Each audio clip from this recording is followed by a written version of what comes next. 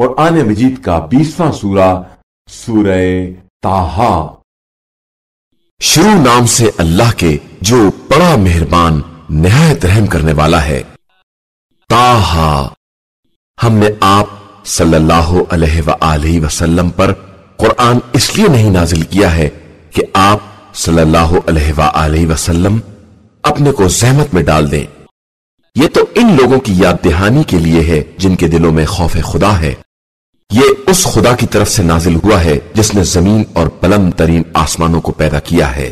وہ رحمان عرش پر اختیار و اقتدار رکھنے والا ہے، اس کے لیے وہ سب کچھ ہے جو آسمانوں میں ہے یا زمین میں ہے یا دونوں کے درمیان ہے اور زمینوں کی تہ میں ہے۔ اگر تم بلند آواز سے بھی بات کرو تو وہ راز سے بھی مخفی تر باتوں کو جاننے والا ہے۔ وہ اللہ ہے جس کے علاوہ کوئی خدا نہیں ہے، اس کے لیے بہترین نام ہے۔ کیا تمہارے پاس موسیٰ کی داستان آئی ہے جب انہوں نے آگ کو دیکھا اور اپنے اہل سے کہا کہ تم اسی مقام پر ٹھہرو، میں نے آگ کو دیکھا ہے، شاید میں اس میں سے کوئی انگارہ لے آؤں یا اس منزل پر کوئی رہنمائی حاصل کر لوں۔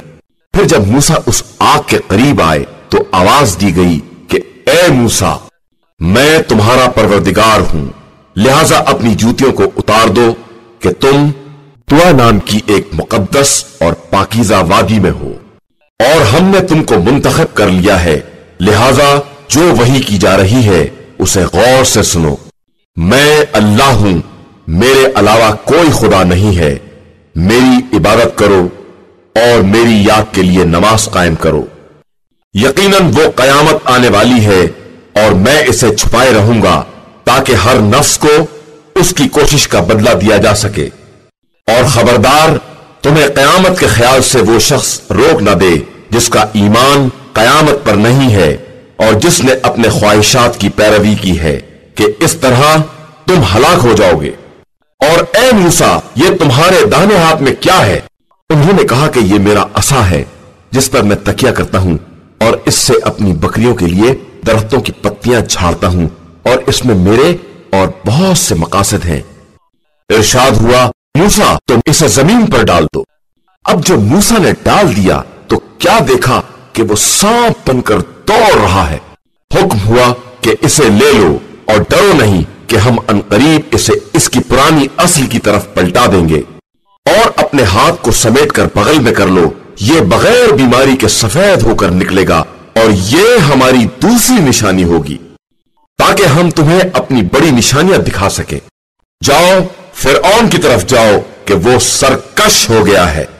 موسیٰ نے عرض کی، پروردگار میرے سینے کو کشادہ کر دے، میرے کام کو آسان کر دے اور میری زبان کی گرہ کو کھول دے کہ یہ لوگ میری بات سمجھ سکیں، اور میرے اہل میں سے میرا وزیر قرار دے دے، ہارون کو جو میرا بھائی بھی ہے، اس سے میری پشت کو مضبوط کر دے، اسے میرے کام میں شریک بنا دے تاکہ ہم تیری بہت زیادہ تسبیح کر سکیں اور تیرا بہت زیادہ ذکر کر سکیں، یقیناً تو ہمارے حالات سے بہتر باخبر ہے۔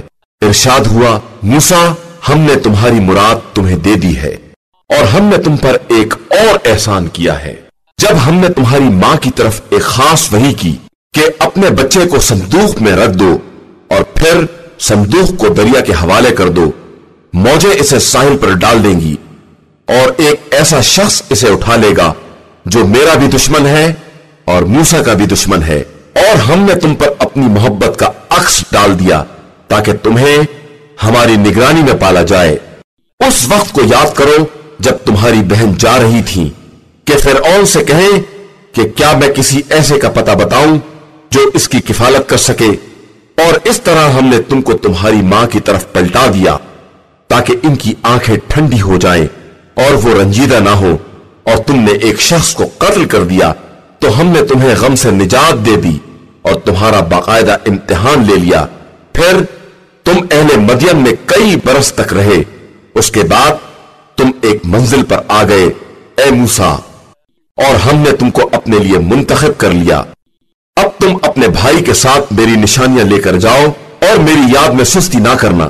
تم دونوں فرعون کی طرف جاؤ کہ وہ سرکش ہو گیا ہے، اس سے نرمی سے بات کرنا کہ شاید وہ نصیحت قبول کر لے یا خوف زدہ ہو جائے۔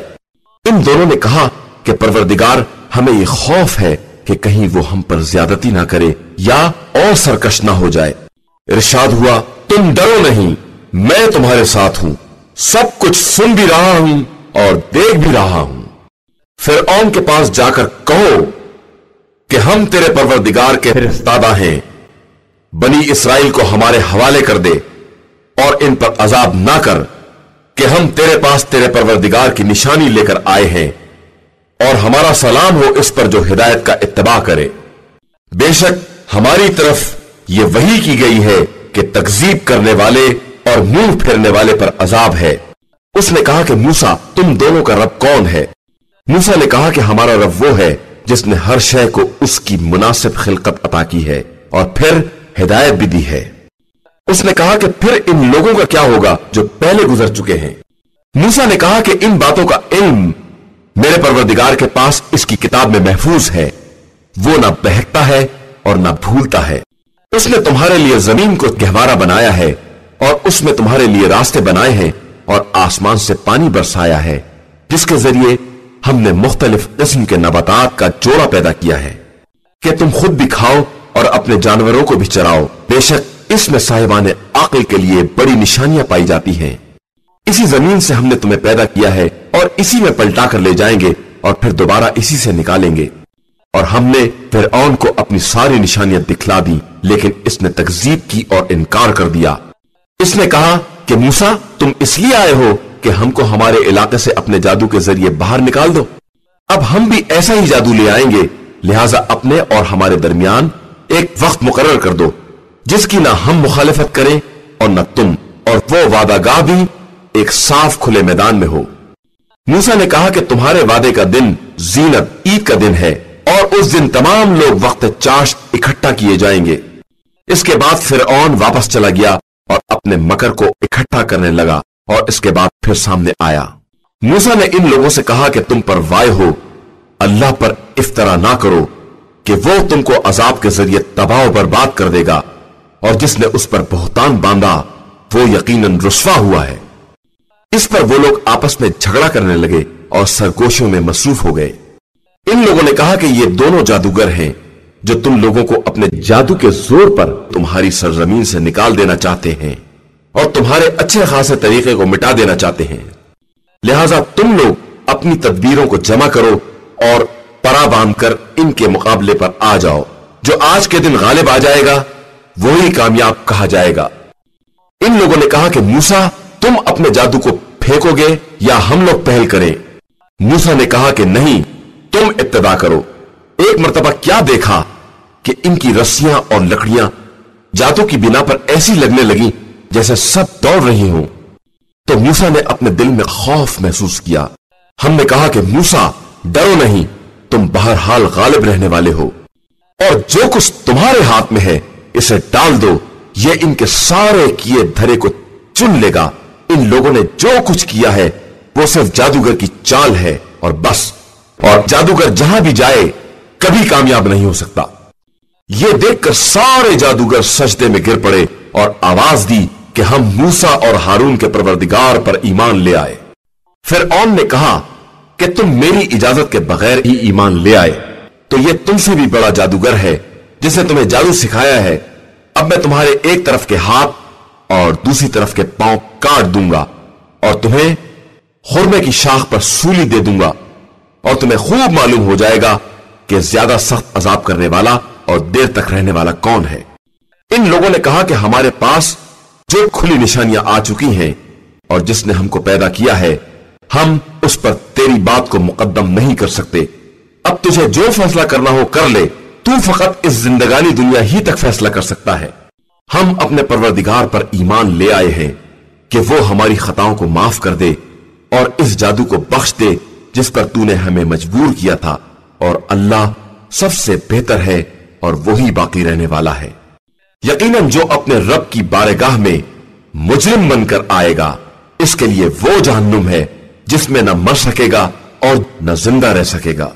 और जो उसके हुजूर साहिब ईमान बनकर हाजिर होगा और उसने नेक अमाल किए होंगे, उसके लिए बुलंद तरीन दरजात हैं, हमेशा रहने वाली जन्नत जिसके नीचे नहरें जारी होंगी, और वो इसमें हमेशा रहेंगे कि यही पाकीज़ा किरदार लोगों की जजा है। और हमने मूसा की तरफ वही की कि मेरे बंदों को लेकर रातों रात निकल जाओ, फिर इनके लिए दरिया में असा मारकर खुश्क रास्ता बना दो। तुम्हें ना फिरऔन के पा लेने का खतरा है और ना डूब जाने का। तब फिरऔन ने अपने लश्कर समेत इन लोगों का पीछा किया और दरिया की मौजों ने इन्हें बाकायदा ढांक लिया। और फिरऔन ने दर हकीकत अपनी कौम को गुमराही किया है, हिदायत नहीं दी है। बनी इसराइल, हमने तुमको तुम्हारे दुश्मन से निजात दिलाई है और तूर की दाहिनी तरफ से तौरेत देने का वादा किया है और मनोसलवा भी नाजिल किया है। तुम हमारे पाकीज़ा रिज़्क़ को खाओ और इसमें सरकशी और ज्यादती ना करो कि तुम पर मेरा गजब नाजिल हो जाए, कि जिस पर मेरा गजब नाजिल हो गया वो यकीनन बर्बाद हो गया। और मैं बहुत ज्यादा बख्शने वाला हूं उस शख्स के लिए जो तौबा कर ले और ईमान ले आए और नेक अमल करे और फिर राह हिदायत पर साबित कदम रहे। और ए मूसा, तुम्हें कौम को छोड़कर जल्दी आने पर किस शय ने आमादा किया है? मूसा ने अर्ज की कि वो सब मेरे पीछे आ रहे हैं और मैंने राह खैर में इसलिए उजलत की है कि तू खुश हो जाए। इरशाद हुआ कि हमने तुम्हारे बाद तुम्हारी कौम का इम्तिहान लिया और सामरी ने इन्हें गुमराह कर दिया है। यह सुनकर मूसा अपनी कौम की तरफ महजून और गुस्से में भरे हुए पलटे और कहा कि ए कौम, क्या तुम्हारे रब ने तुमसे बेहतरीन वादा नहीं किया था? और क्या इस अहद में कुछ ज्यादा तूल हो गया है? या तुमने यही चाहा कि तुम पर परवरदिगार का गजब वारिद हो जाए, इसलिए तुमने मेरे वादे की मुखालिफत की? कौम ने कहा कि हमने अपने इख्तियार से आपके वादे की मुखालिफत नहीं की है, बल्कि हम पर कौम के जेवरात का बोझ लाद दिया गया था, तो हमने इसे आग में डाल दिया। और इस तरह सामरी ने भी अपने जेवरात को डाल दिया। फिर सामरी ने इनके लिए एक मुजस्सिमा गाय के बच्चे का निकाला जिसमें आवाज भी थी और कहा कि यही तुम्हारा और मूसा का खुदा है, जिससे मूसा गाफिल होकर इसे तूर पर ढूंढने चले गए हैं। क्या ये लोग इतना भी नहीं देखते कि ये ना इनकी बात का जवाब दे सकता है और ना इनके किसी नुकसान या फायदे का इख्तियार रखता है? और हारून ने इन लोगों से पहले ही कह दिया कि ए कौम, इस तरह तुम्हारा इम्तिहान लिया गया है और तुम्हारा रब रहमान ही है, लिहाजा मेरा इत्तबा करो और मेरे अम्र की इताअत करो। इन लोगों ने कहा कि हम इसके गिर्द जमा रहेंगे यहां तक कि मूसा हमारे दरमियान वापस आ जाएं। मूसा ने हारून से खिताब करके कहा कि जब तुमने देख लिया था कि यह कौम गुमराह हो गई है, तो तुम्हें कौन सी बात आड़े आ गई थी कि तुमने मेरा इत्तबा नहीं किया? क्या तुमने मेरे अम्र की मुखालिफत की है? हारून ने कहा कि भैया, आप मेरी दाढ़ी और मेरा सर ना पकड़े। मुझे तो यह खौफ था कि कहीं आप ये ना कहें कि तुमने बनी इसराइल में इख्तिलाफ पैदा कर दिया है और मेरी बात का इंतजार नहीं किया है। फिर मूसा ने सामरी से कहा कि तेरा क्या हाल है? इसने कहा कि मैंने वो देखा है जो इन लोगों ने नहीं देखा है। तो मैंने नुमाइंदे परवरदिगार के निशाने कदम की एक मुट्ठी खाक उठा ली और इसको गौसाले के अंदर डाल दिया और मुझे मेरे नफ्स ने इसी तरह समझाया था। मूसा ने कहा कि अच्छा जा, दूर हो जा। अब जिंदगानी दुनिया में तेरी सजा यह है कि हर एक से यही कहता फिरेगा कि मुझे छूना नहीं, और आखिरत में एक खास वादा है जिसकी मुखालिफत नहीं हो सकती। और अब देख अपने खुदा को जिसके गिर्द तूने एतकाफ कर रखा है कि मैं इसे जलाकर खाकसर कर दूंगा और इसकी राख दरिया में उड़ा दूंगा। यकीनन तुम सबका खुदा सिर्फ अल्लाह है, जिसके अलावा कोई खुदा नहीं है, और वही हर शय का वसी इल्म रखने वाला है। और हम इसी तरह गुज़िश्ता दौर के वाक़यात आपसे बयान करते हैं, और हमने अपनी बारगाह से आप सल्लल्लाहु अलैहि वसल्लम को कुरान भी अता कर दिया है। जो इससे एराज करेगा वो कयामत के दिन इस इनकार का बोझ उठाएगा और फिर इसी हाल में रहेगा, और कयामत के दिन ये बहुत बड़ा बोझ होगा जिस दिन सूर फूंका जाएगा और हम तमाम मुजरिमीन को बदले हुए रंग में इकट्ठा करेंगे। ये सब आपस में ये बात कर रहे होंगे कि हम दुनिया में सिर्फ 10 ही दिन तो रहे हैं। हम इनकी बातों को खूब जानते हैं, जब इनका सबसे होशियार ये कह रहा था कि तुम लोग सिर्फ एक दिन रहे हो। और ये लोग आप सल्लल्लाहु अलैहि वसल्लम से पहाड़ों के बारे में पूछते हैं कि कयामत में इनका क्या होगा, तो कह दीजिए कि मेरा परवरदिगार इन्हें रेजा रेजा करके उड़ा देगा, फिर जमीन को चटियल मैदान बना देगा जिसमें तुम किसी तरह की कजी या नाहमवारी ना देखोगे। उस दिन सब दाई परवरदिगार के पीछे दौड़ पड़ेंगे اور کسی طرح کی کجی نہ ہوگی، اور ساری آوازیں رحمان کے سامنے دب جائیں گی کہ تم گنگناہٹ کے علاوہ کچھ نہ سنو گے۔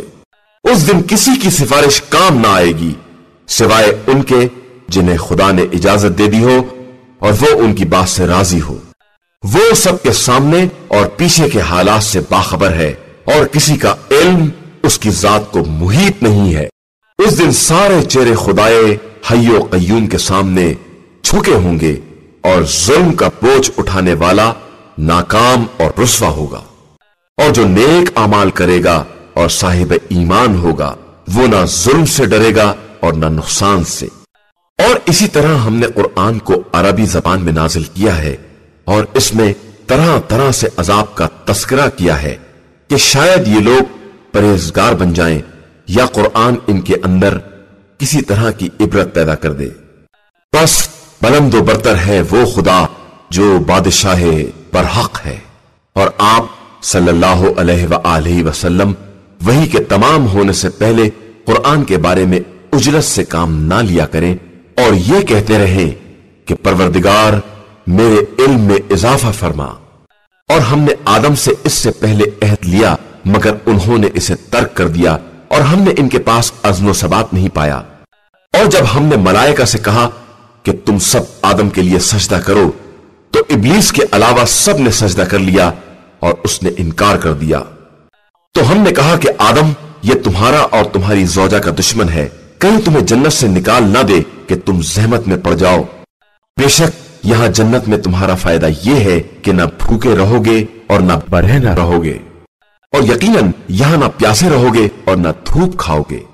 پھر شیطان نے انہیں وسوسے میں مبتلا کرنا چاہا اور کہا کہ آدم، میں تمہیں ہمیشی کے درخت کی طرف رہنمائی کر دوں اور ایسا ملک بتا دوں جو کبھی زائل نہ ہو۔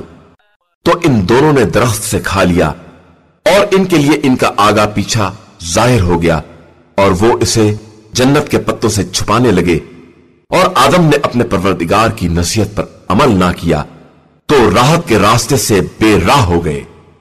پھر خدا نے انہیں چن لیا اور ان کی توبہ قبول کر لی اور انہیں راستے پر لگا دیا، اور حکم دیا کہ تم دونوں یہاں سے نیچے اتر جاؤ، سب ایک دوسرے کے دشمن ہوں گے۔ اس کے بعد اگر میری طرف سے ہدایت آ جائے تو جو میری ہدایت کی پیروی کرے گا وہ نہ گمراہ ہوگا اور نہ پریشان، اور جو میرے ذکر سے اعراض کرے گا اس کے لیے زندگی کی تنگی بھی ہے، اور ہم اسے قیامت کے دن اندھا بھی محشور کریں گے۔ وہ کہے گا کہ پروردگار، یہ تو نے مجھے اندھا کیوں محشور کیا ہے جبکہ میں دار دنیا میں صاحب بصارت تھا؟ ارشاد ہوگا کہ اسی طرح ہماری آیتیں تیرے پاس آئیں اور تو نے انہیں بھلا دیا، تو آج تو بھی نظر انداز کر دیا جائے گا۔ اور ہم زیادتی کرنے والے اور اپنے رب کی نشانیوں پر ایمان نہ لانے والوں کو اسی طرح سزا دیتے ہیں، اور آخرت کا عذاب یقیناً سخت ترین اور ہمیشہ باقی رہنے والا ہے۔ کیا انہیں اس بات میں رہنمائی نہیں دی کہ ہم نے ان سے پہلے کتنی نسلوں کو ہلاک کر دیا جو اپنے علاقے میں نہایت اطمینان سے چل پھر رہے تھے؟ بے شک اس میں صاحبان عقل کے لیے بڑی نشانیاں ہیں۔ اور اگر آپ صلی اللہ علیہ وآلہ وسلم کے رب کی طرف سے بات طے نہ ہو چکی ہوتی اور وقت مقرر نہ ہوتا تو عذاب لازمی طور پر آ چکا ہوتا۔ لہذا آپ صلی اللہ علیہ وآلہ وسلم ان کی باتوں پر صبر کریں، اور آفتاب نکلنے سے پہلے اور اس کے ڈوبنے کے بعد اپنے رب کی تسبیح کرتے رہیں، اور رات کے اوقات میں اور دن کے اطراف میں بھی تسبیح پروردگار کریں کہ شاید آپ اس طرح راضی اور خوش ہو جائیں۔ اور خبردار، ہم نے ان میں سے بعض لوگوں کو جو زندگانی دنیا کی رونق سے مالا مال کر دیا ہے، اس کی طرف آپ صلی اللہ علیہ وآلہ وسلم نظر اٹھا کر بھی نہ دیکھیں کہ یہ ان کی آزمائش کا ذریعہ ہے، اور آپ صلی اللہ علیہ وآلہ وسلم کے پروردگار کا رزق اس سے کہیں زیادہ بہتر اور پائیدار ہے۔ اور اپنے اہل کو نماز کا حکم دیں اور اس پر صبر کریں۔ ہم آپ صلی اللہ علیہ وآلہ وسلم سے رزق کے طلبگار نہیں ہیں، ہم تو خود ہی رزق دیتے ہیں، اور عاقبت صرف صاحبان تقوی کے لیے ہے۔ اور یہ لوگ کہتے ہیں کہ یہ اپنے رب کی طرف سے کوئی نشانی کیوں نہیں لاتے ہیں؟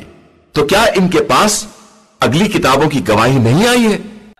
اور اگر ہم نے رسول سے پہلے انہیں عذاب کر کے ہلاک کر دیا ہوتا تو یہ کہتے پروردگار تو نے ہماری طرف رسول کیوں نہیں بھیجا کہ ہم ذلیل اور رسوا ہونے سے پہلے ہی تیری نشانیوں کا اتباع کر لیتے۔